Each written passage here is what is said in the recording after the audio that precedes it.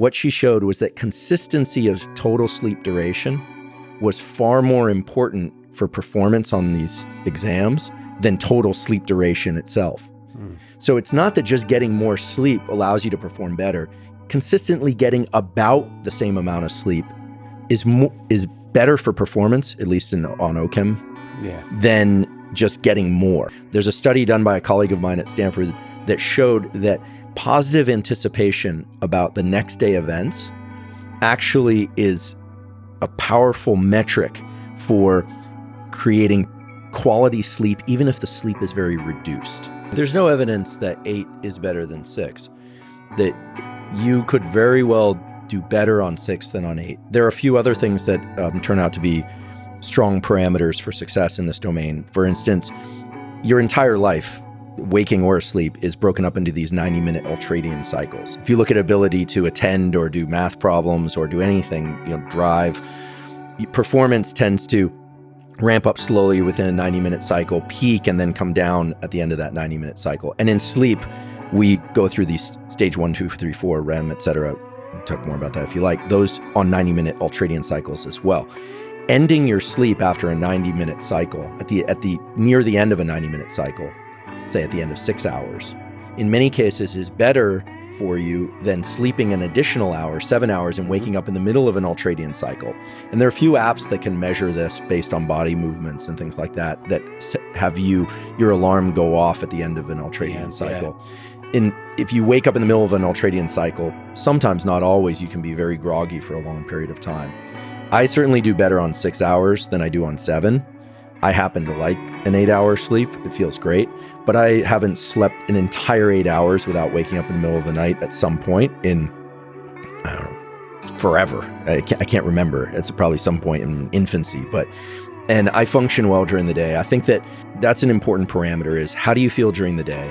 Almost everybody experiences some sort of dip in energy in the late afternoon, or what would correlate to their temperature peak.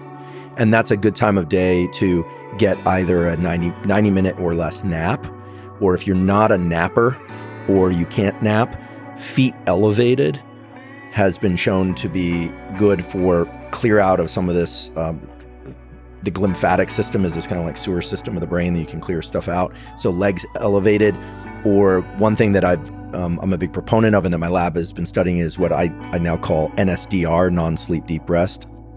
And this is just lying down. There are some scripts that we're going to put out there soon as a free resource.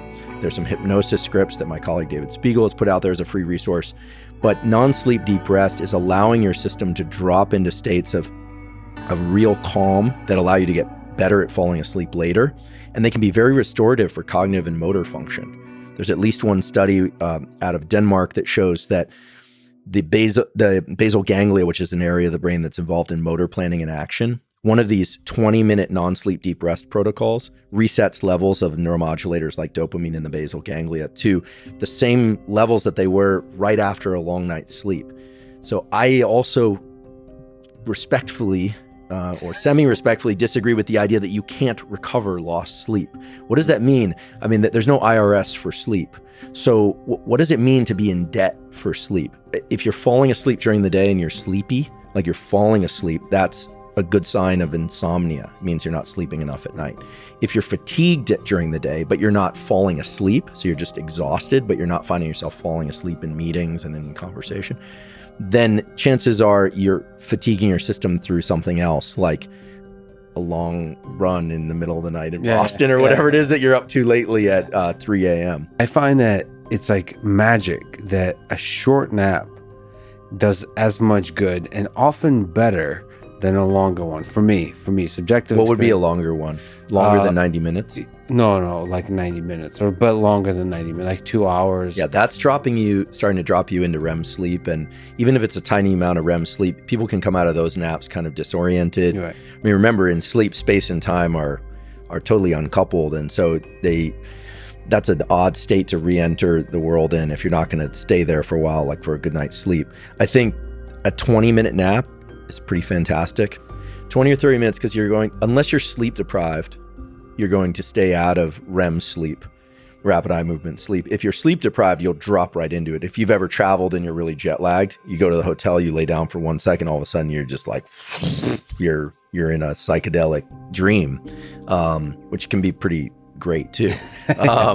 But I think that 20, 30 minutes, and if you can't sleep, some people have trouble napping, then learning to relax the body as much as possible, like trying to remove all expression from your face, completely letting your body kind of float